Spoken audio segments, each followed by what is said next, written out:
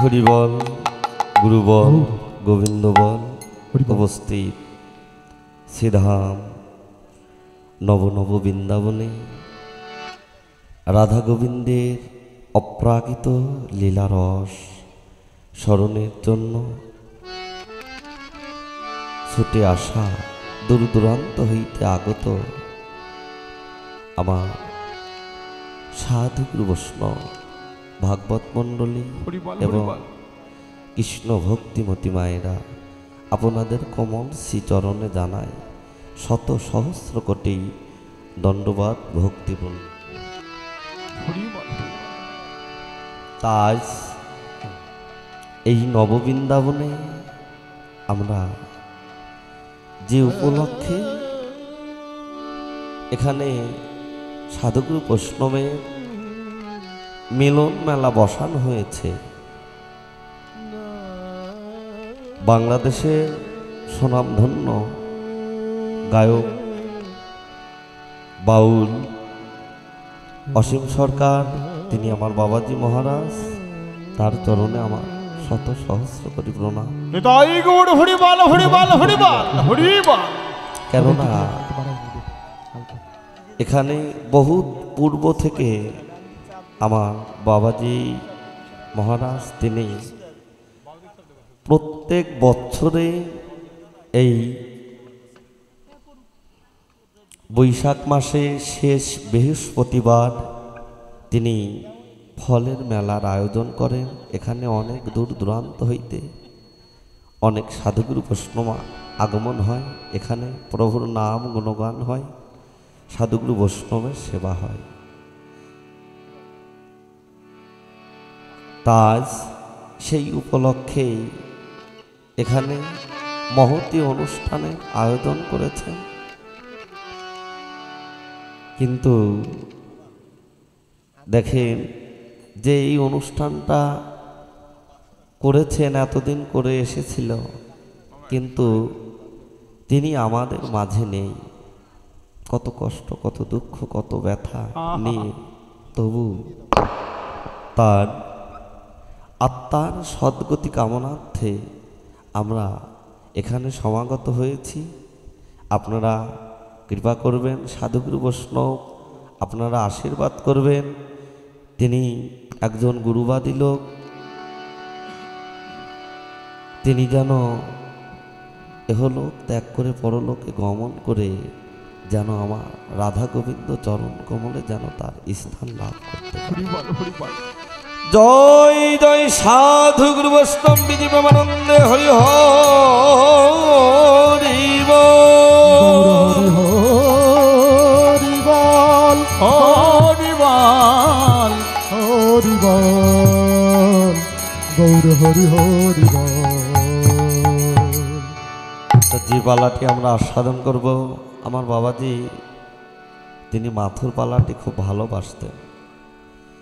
তিনি যখন ছিলেন, আমি এই বাড়িতে প্রথম কীর্তনে এসেছিলাম, আমার বাবাজি বলেছিলেন, বাবা তোমার যদি মাথুর পালাটি জানা থাকে তাহলে তুমি মাথুর পালাটি পরিবেশন করো।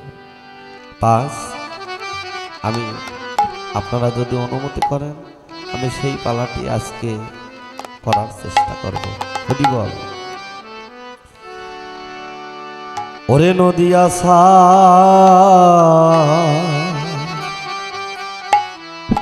রিয়া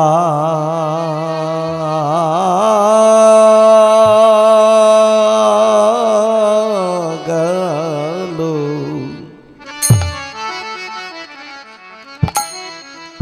ওরে আমার গৌরস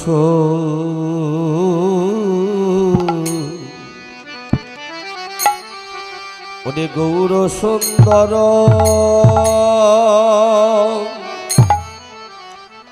ও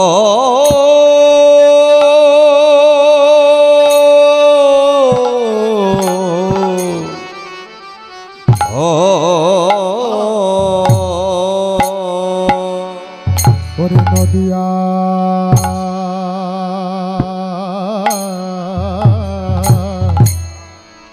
ছাড়িয়া গেল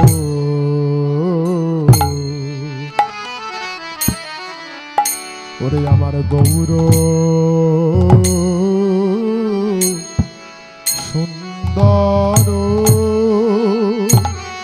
ও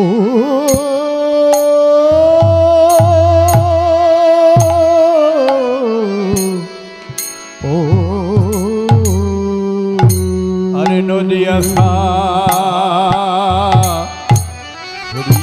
দিয়া গেল আমার গৌর সুন্দর ও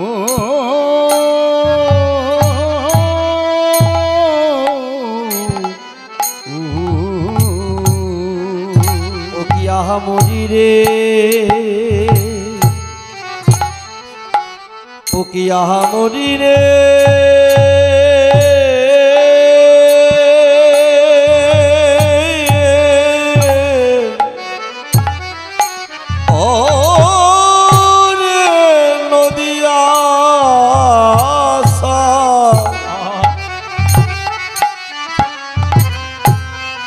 ওরে সারিয়া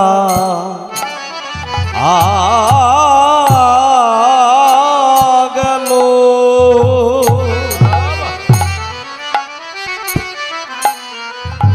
ও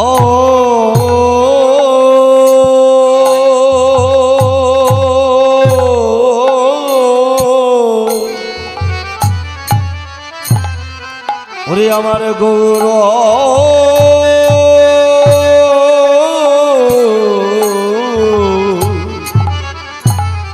ওরে গৌর সুন্দর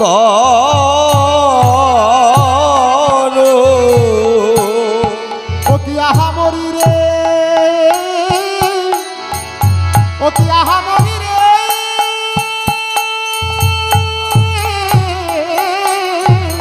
ও নদিয়া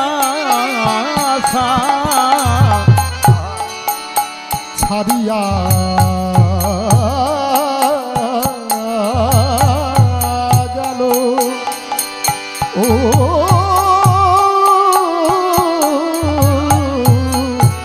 ওরে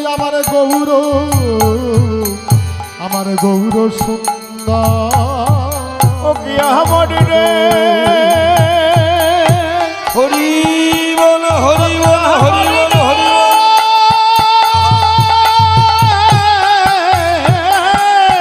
ও নদিয়া ছাড়িয়া গেল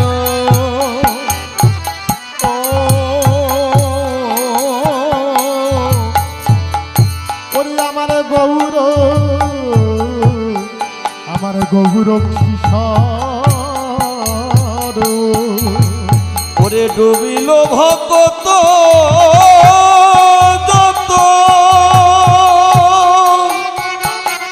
ও সখের সাগরে ওরে ডুবিল ভক্ত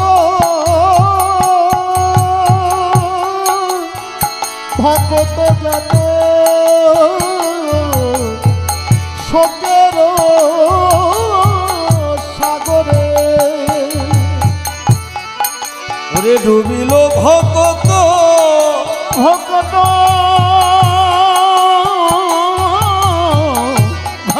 যত ওরে সখের সাগরে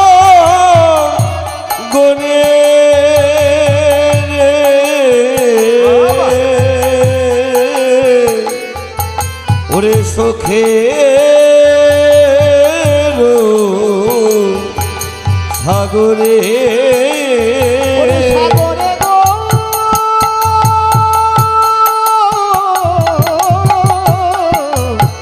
ওরে ডুবিল ভক্ত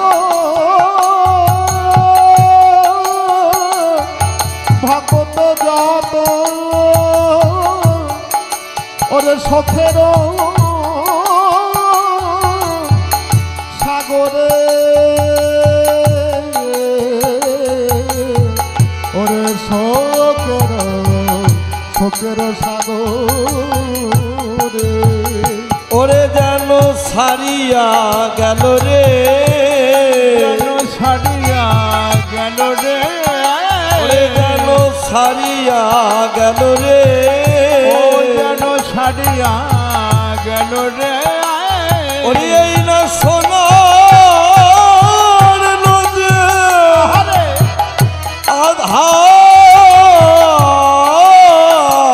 আধার করে, ওরে যেন সারিয়া সারিয়া গেল রে, সোনার নদী হরি বল হরি বল হরি বল, ওরে আধার করে যেন ছাড়িয়া গেল রে, এই না সোনার নদী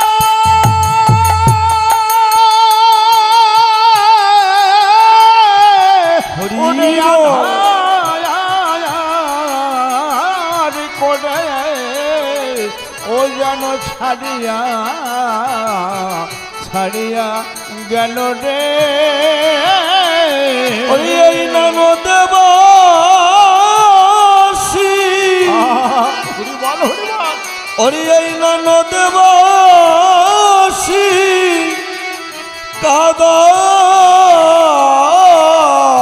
কাদাইয়ে তাই তো যেন সারিয়া সারিয়া গেল রে, আরে এই না নদীবাসী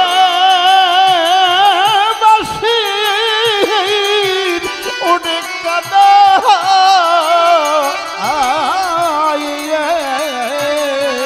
হারে যেন ছাড়িয়া ছাড়িয়া গেল রে, ওরে এই ননদেবাসী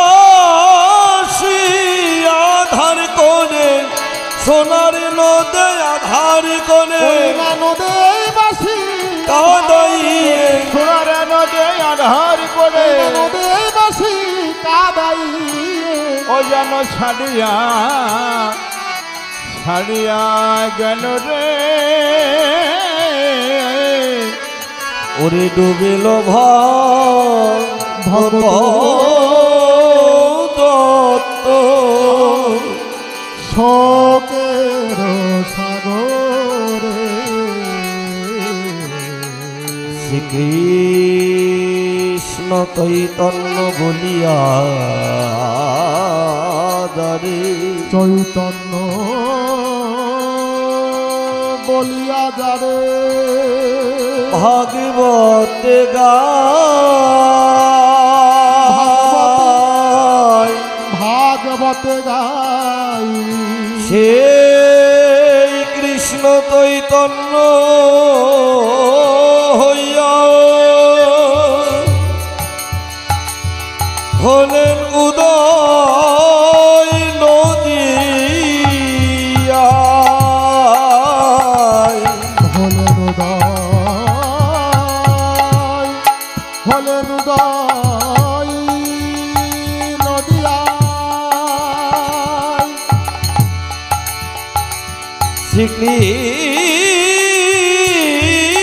শ্রীকৃষ্ণ চৈতন্য হইয়া চৈতন্য হলেন উদয় নদিয়ায়, রোহিণী নন্দন দিনী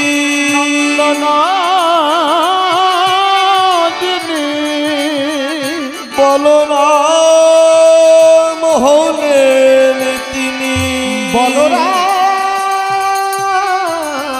হলেন তিনি, বলরাম আমার আপনে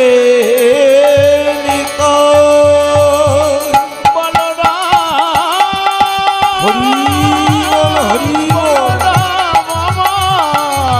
আপনি আপনি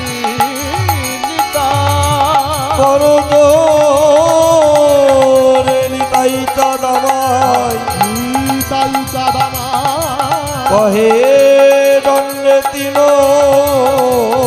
ধরি দণ্ডে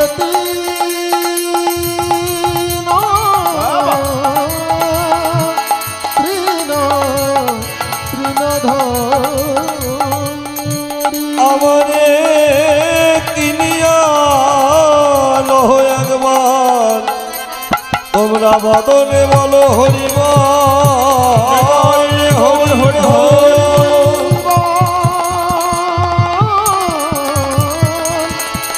বদনে বলো একবার হরি হরি বল দিবে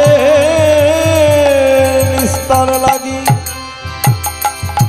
নন্দ সুত হরি হরি এই না ভুবনে প্রকাশ হলো গুরুর ধরে ভবনে ভবনে প্রকাশ হলো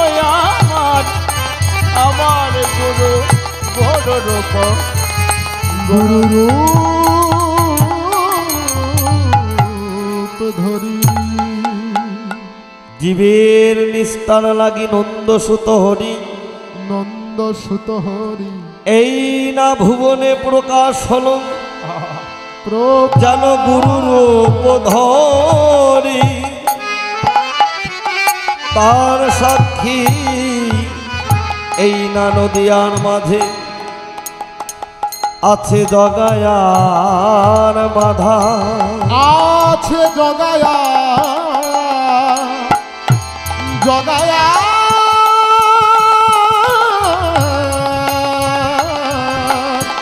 জগায়া জগায়া জগায়ার আজ আমার ভগবান গৌর হরি গৌর হরি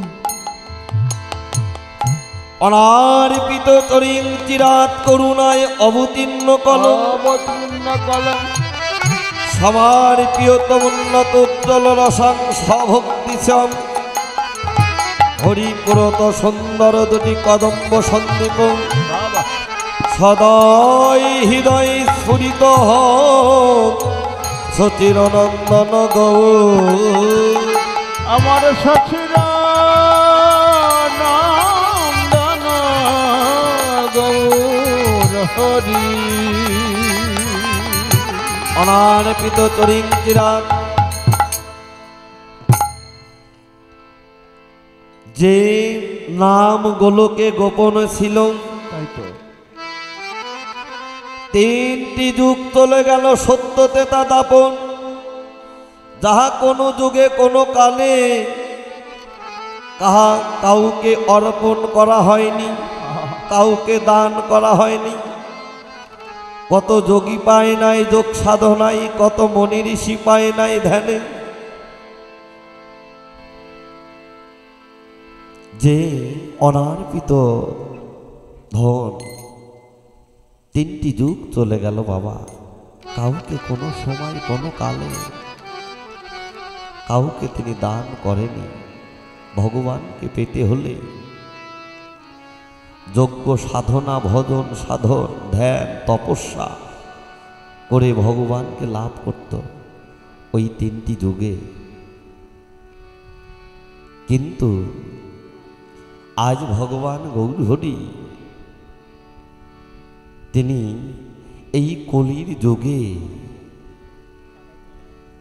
কলির অবতার রূপে তিনি কলিযুগে অবতীর্ণ হলেন কি নিয়ে যে অনার্পিত ধন কোথায় ছিল গোলকে গোপনে রাধারানীর খাস ভাণ্ডারে সেই খাস ভাণ্ডার হতে সেই মধুমাখা না তিনি নিয়ে নদিয়ার মাঝে এলেন দুই দেহ এক দেহ হয়ে রাধা আর কৃষ্ণ মিলিত তনু গৌর হরি নদিয়ার মাঝে তিনি দীনবাঞ্ছা পূর্ণ করবার লাগে রাধা প্রেমের চমৎকারিতা কি, রাধা প্রেমের মহিমাটা কি। এই যে বিশ্ব জগৎবাসী আমার নাম গুণগান কীর্তন করে কাঁদে, এই কাদার মধ্যে কি স্বাদ। আমি নিজে গিয়ে এই মধুমাখা নাম করব, আমি নিজে কাঁদব, আমি জগৎকে কাঁদাবো। আমি নিজে গিয়ে আমি ভক্তের চরণ ধরি,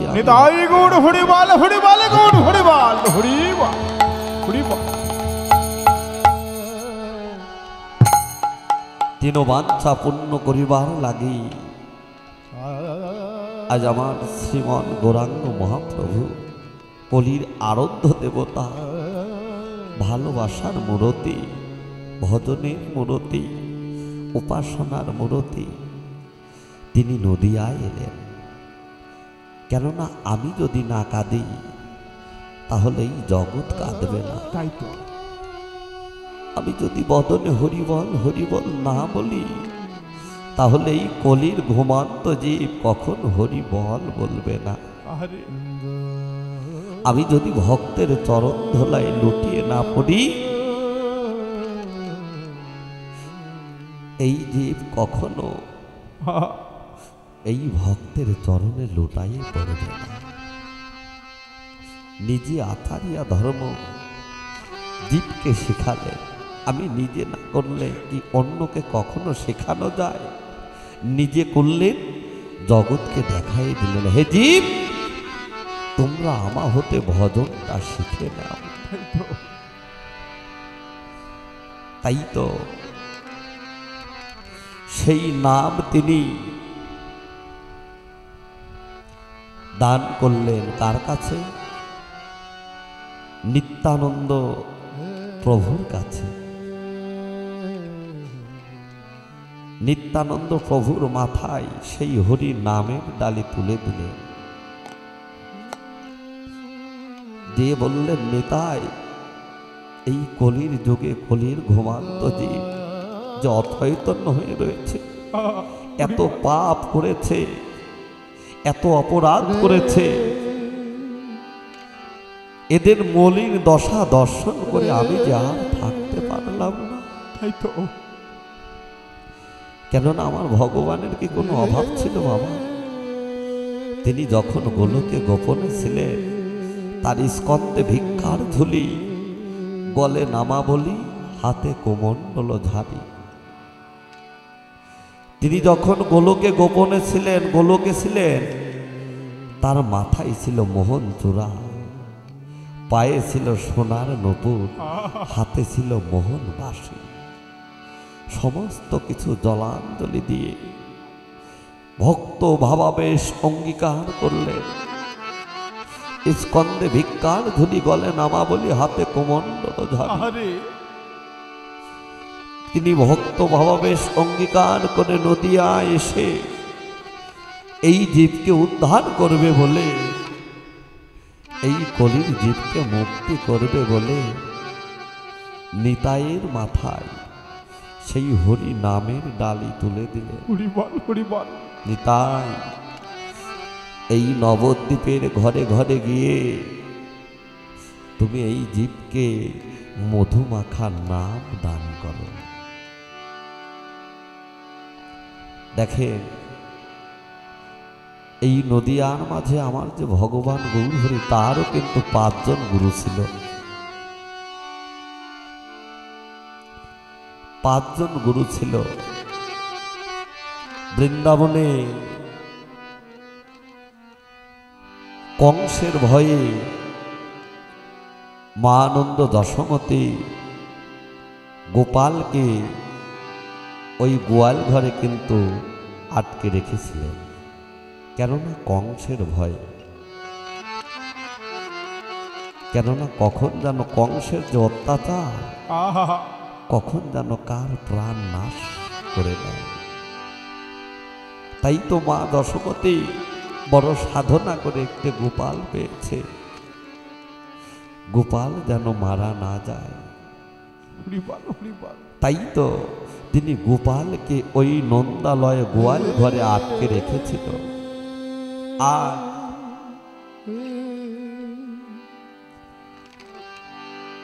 মা নন্দ দশমতী নন্দ মহারাজকে ডেকে বললেন, নন্দ মহারাজ, কেননা কংসের যে অত্যাচার, কখন যেন কার জীবন নাশ হয়ে যায় তো বলা যায় না। আরে তুমি একটি কাজ করো, তুমি গর্গমণিকে খবর দাও, গর্গমণিকে স্মরণ করো, গর্গমণি এসে আমার গোপালকে দীক্ষা মন্ত্র দান করো। নন্দ মহারাজ যখন গর্গমণিকে স্মরণ করলেন, গর্গমণি নন্দালয়ে এসে বলছে, ও মা যশোদা, তুমি আমাকে ডেকেছ? বলছে, হ্যাঁ, আমি তোমায় ডেকেছি কেন জানো? কেননা কখনো যেন কার প্রাণ নাশ হয়ে যায় বলা তো যায় না। গর্গমণি, তুমি একবার কৃপা করে আমার গোপালকে তুমি দীক্ষা মন্ত্র দান করো। ঠিক আছে। নন্দালয়ে যখন গর্গমণি বসলেন, মা কি করলেন, দীক্ষা মন্ত্র নিতে হলে তো অনেক কিছুর প্রয়োজন। মা দশমতী তিনি সমস্ত কিছু জোগাড় করতে গেলেন। আর এই অবসর সময়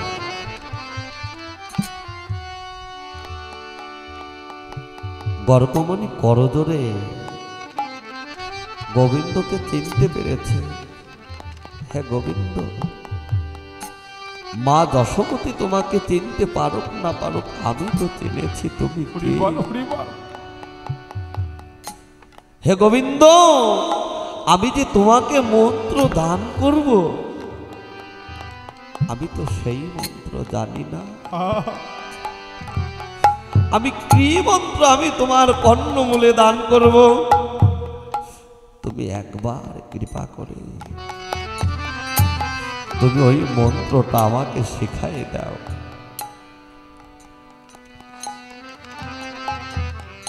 গোবিন্দ বললেন, গর্গমণি, তোমার কর্ণটা আমার বদনের দিকে এগিয়ে দাও। আমি যে মন্ত্র তোমার কর্ণমূলে দান করব, সেই মন্ত্রই তুমি আবার আমার কর্ণমূলে দান করবে, তাতেই তুমি আমার গুরু হয়ে যাবে। দেখা গেল গর্গমণির কর্ণমূলে আমার ভগবান শ্রীকৃষ্ণ যে মন্ত্র উচ্চারণ করলেন, সেই মন্ত্র আবার গোবিন্দের কর্ণমূলে গর্গমণি ফিরাই দিলেন। এখন গোবিন্দ বলছে, তোমার সঙ্গে আমার সম্বন্ধটা কি? গর্গমণি, তোমার সঙ্গে আমার সম্বন্ধটা কি?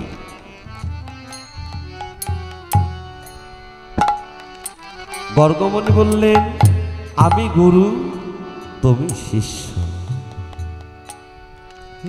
আর আমার ভগবান বললেন, হ্যাঁ, তুমি প্রভু, আমি তোমার দাস। হৃদয় গৌড় হরিবাল হরিবাল গৌড় হরিবাল হরিবাল। কেননা আরে গর্গমণি, আজ হতে তোমার সঙ্গে আমার সম্বন্ধটা কি হলো? তুমি হলো আমার প্রভু, আমি তোমার চরণের দাস। কিন্তু এই যে মন্ত্র তুমি দান করলে, কেননা মন্ত্র গ্রহণ করলে তো গুরুদেবের দক্ষিণা দান করতে হয়। তুমি যে আজ হতে আমার গুরু হলে, কিন্তু তুমি আমার কাছে কি দক্ষিণা চাও? তখন গর্গমণি বললেন, প্রভু, আমাকে যদি দক্ষিণা দান করতেই হয় তাহলে আমি এহ জগতের দক্ষিণা চাই না। তুমি আমাকে এমন দক্ষিণা দান করো আমি যেন এ জন্মে নয় প্রতি জন্মে জন্মে হে গোবিন্দ আমি যেন তোমার ওই চরণের পাশে যেন থাকি।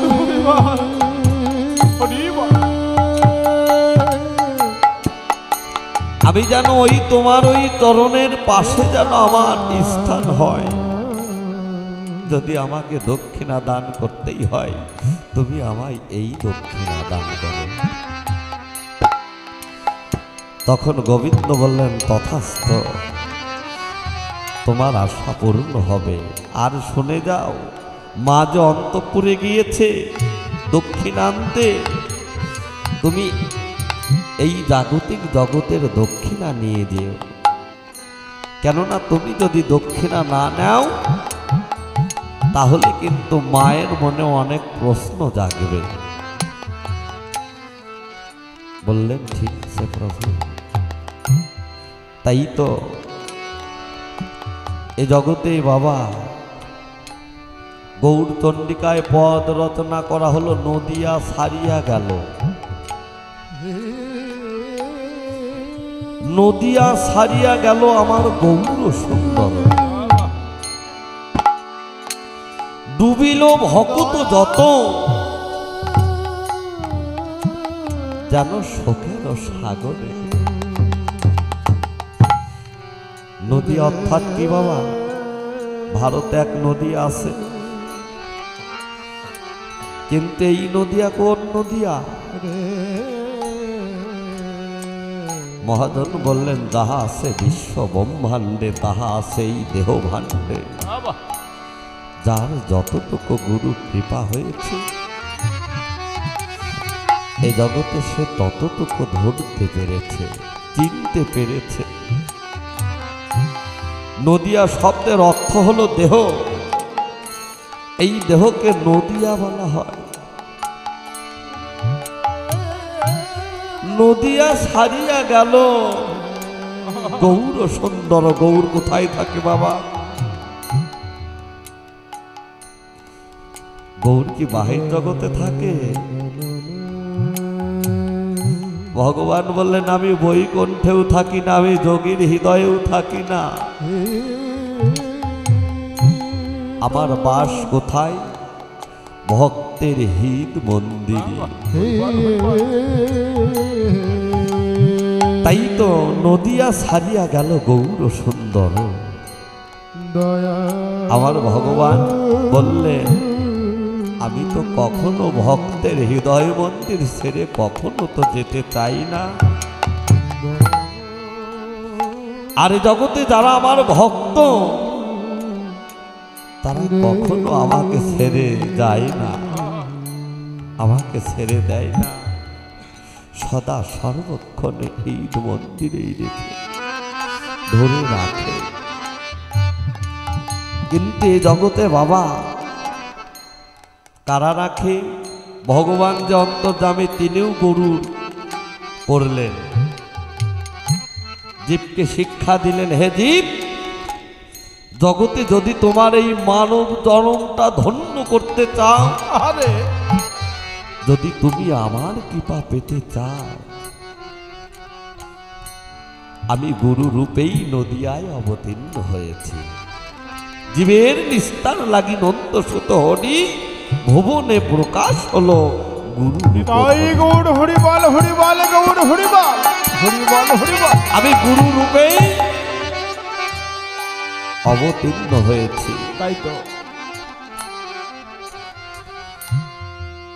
ভগবান তিনি শিক্ষা দিলে তোমরা আমার হতে ভজনটা শিখে দাও। কলির যুগের গুরুই হলো একমাত্র ভগবান। গুরু গোবিন্দ একই লীলা, একই তত্ত্ব, একই বিষয় শুনিয়া গলিয়া যাও তো শিলা, অভিন্ন কিছুই নয়। তাহলে বাবা সেই গুরুর কৃপা যদি আমার না হয়, আর কৃপা কৃপার আর এক নাম হলো করে পাওয়া। করে পাওয়া, আমি যদি কর্ম না করি বাবা, তাহলে আমি আশাটা কেমন করি? আর যারা কর্ম করে তারা কখনো আশা করে না, তারা কখনো আশা করে না। কর্ম হলো দুই প্রকার, একটা হলো কর্তব্যকরণ। গীতায় বললেন কর্ম দুই প্রকার, একটা সকাম কর্ম আর একটা হলো নিষ্কাম কর্ম। একটা হলো কর্তব্যকরণ আর একটা হলো অবশ্যই কর্তব্যকরণ। কর্তব্যকরণটা কি? আমরা সংসার পেতে বসেছি, সংসার করছি, সন্তানের জন্ম দিলাম, কর্ম করছি, চাল ডাল এনে আমার সন্তান, আমার স্ত্রী, আমার পুত্র সন্তানে পিতা মাতার মুখে আমি অন্ন যোগাচ্ছি। এটা হলো কর্তব্যকরণ। কিন্তু আরো একটা কর্ম রয়েছে, সেটা হলো অবশ্যই কর্তব্যকরণ। সে কর্মটা কি? যখন আমরা মানব জন্ম পেয়ে ধরাধামে এসেছিলাম, কিন্তু আসার আগে কোথায় ছিলাম বাবা?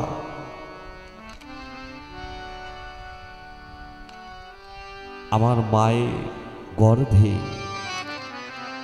সপ্তম মাসে আমার জীবাত্মার সঙ্গে আমার পরমাত্মার কথোপকথন হয়েছিল। কেননা আমি কেঁদে কেঁদে বলেছিলাম, হে প্রভু, হে দয়াময়, আমি আর কতকাল এই গর্ভ যন্ত্রণা ভোগ করব?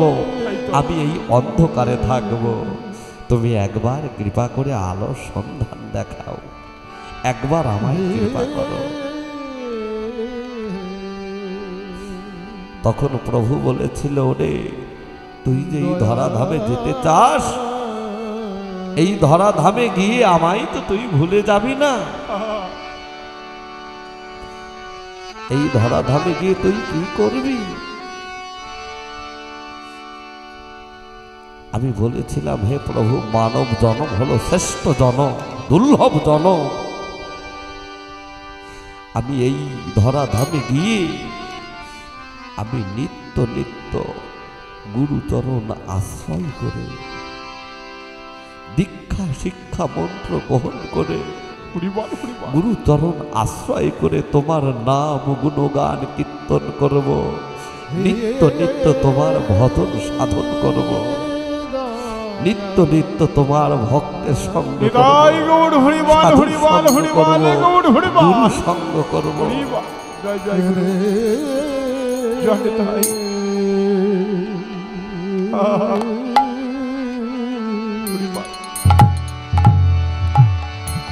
দয়া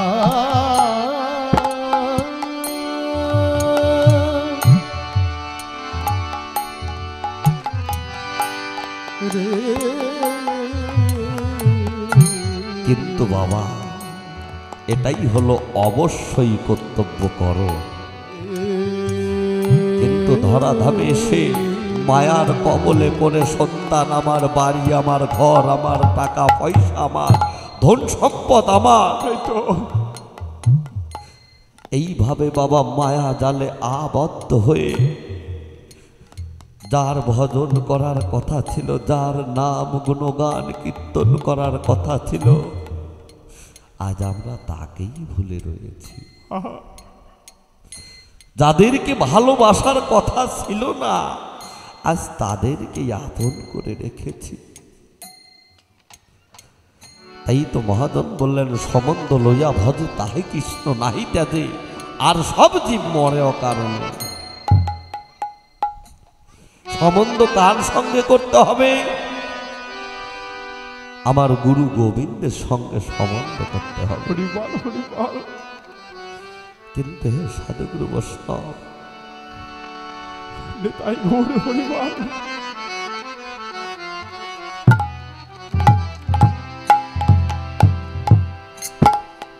কিন্তু গুরু কি ধন, ধরাধামে এসে ভবে এসে গুরু কি ধন, গুরু কি বস্তু, কই আমি তো কোনোদিন চিনলাম না, কোনোদিন জানলাম না, কোনোদিন তো গুরু ঘরে গেলাম না, আরে কোনোদিন তো গুরু চরণে এই দেহ বলো প্রাণ তাই তো। করলাম না। তাই তো।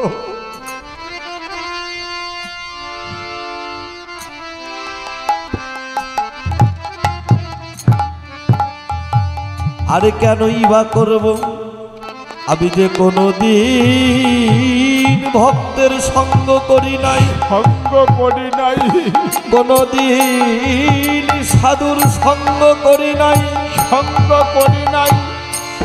আমার এই দেহে নাই কোনো ভজন, নাই কোনো সাধন, নাই ভক্তি, নয়নের জল বিশ্বাস, নয়নের জল। তাই তো হে সাধুগুরু বৈষ্ণব এ জগতে সেই গুরু বলে যাদের প্রাণ না কাঁদে বাবা, এ জগতে কখনো তার মানব জনম ধন্য করতে পারে না। তাই তো। তাই তো নদিয়ার মাঝে লীলার এক পাশে দাঁড়িয়ে ভাবক বৈষ্ণব কবি কেঁদে কেঁদে বলছে, আমি যে গুরু পদে হলাম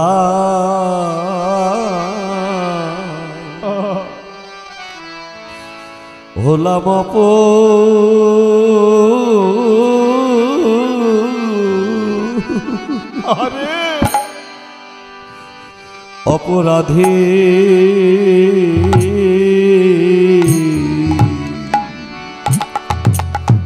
আমি যে গুরু পদে হলাম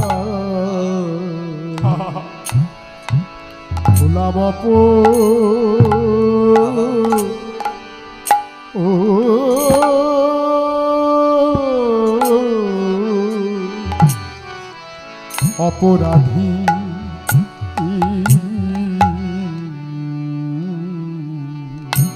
আমি যে গুরু পদে হলাম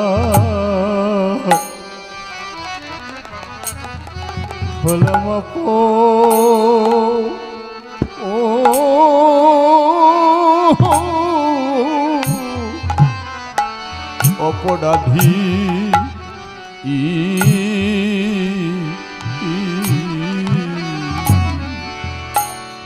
ওরে আমি যে গুরু পদে হলাম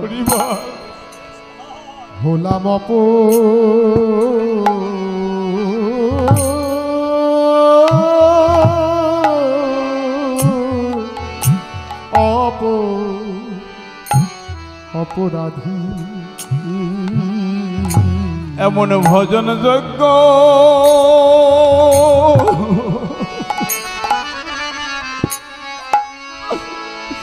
এমন ভজন যজ্ঞ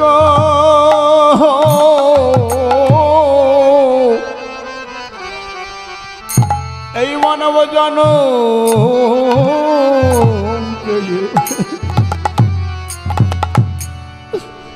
আমি যে গুরু পদে হলাম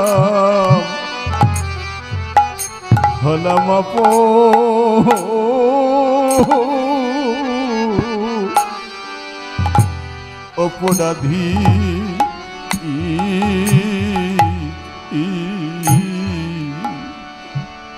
ওরে এমন ভজন যোগ্য গৌড় হরিবাল হরিবাল গৌড় হরিবাল।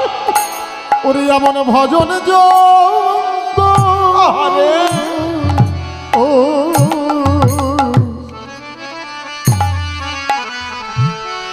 মানব জনমতে আমি যে গুরু পদে হলাম অপরাধী। এইভাবে নায়া সাইত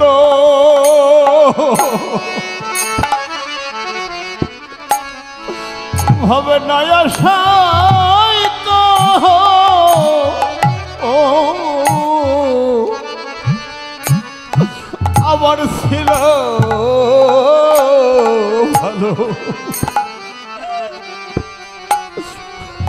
গুরু পদে হলাম হরিবল হলাম অপরাধী ওরে একদিন গুরু ভজন আমি করলাম না রে। একদিন ওরে একদিন গুরু ভজ আমি করলাম না রে। ওরে হেলায় হেলায় আমার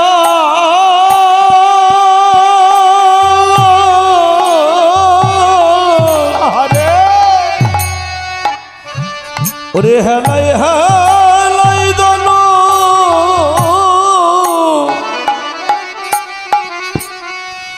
জনম আমার কেটে গেল। তাই তো আমি একদিন গুরু ভজ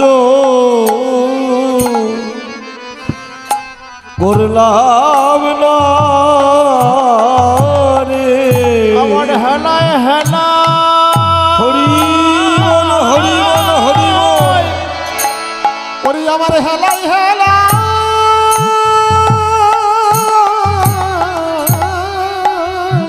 আমার জনম কেটে কেটে গেল। আমি একদিন গুরু ভজন করলাম না রে। জ্ঞান বাব হবে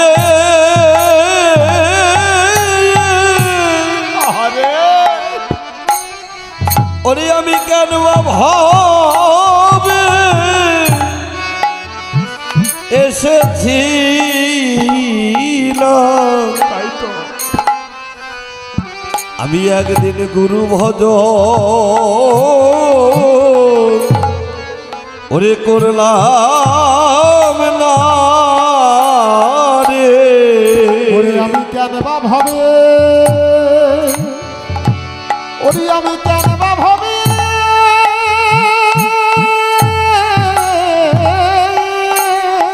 বলো ওরে আমি কেন বা ভাবে আরে ভাবে এসেছিলাম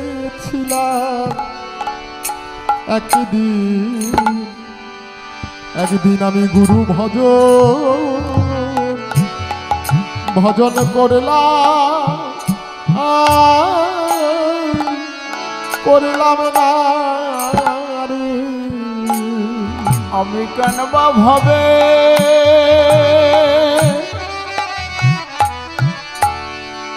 আমি কেন বা ভাবে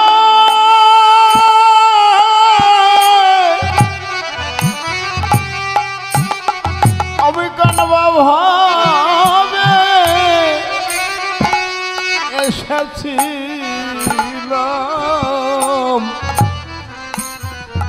আমি একদিন গুরু ভজন করলাম না রে। ওরে কি বা হবে এভাবে আমার গতি। আমি একদিন গুরু ভজ করলাম না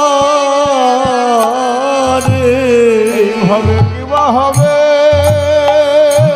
হরি বল হরি বল হরি বল হবে আমার গতি। আমি একদিন গুরু ভজন করলাম না রে। ওরে বড় সাধনা করে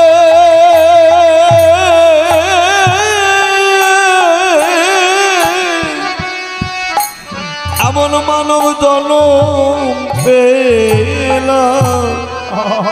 এ যেমন গুরু সেবায় আমি লাগলাম না রে। বড় সাধনা করে হরি বল হরি বল। এমন মানব জনম পেলাম, এ দেহ একদিন গুরু সেবাই লাগলো না রে। বলি আমার হেলাই হেলাই জীবনের দিন কেটে গেল, এ দেহ গুরু সেবায় না লাগিল। আমার হেলাই হেলা দিন কেটে গেল, দেহ গুরু শিবায় না লাগিল, হেলাই হেলাই দিন কেটে গেল, গুরু শিবায় না লাগিল, আমার হেলাই হেলাই দিন কেটে গেল। এ দেহ একদিন গুরু শিবায় গুরু সেবাই লাগলো ও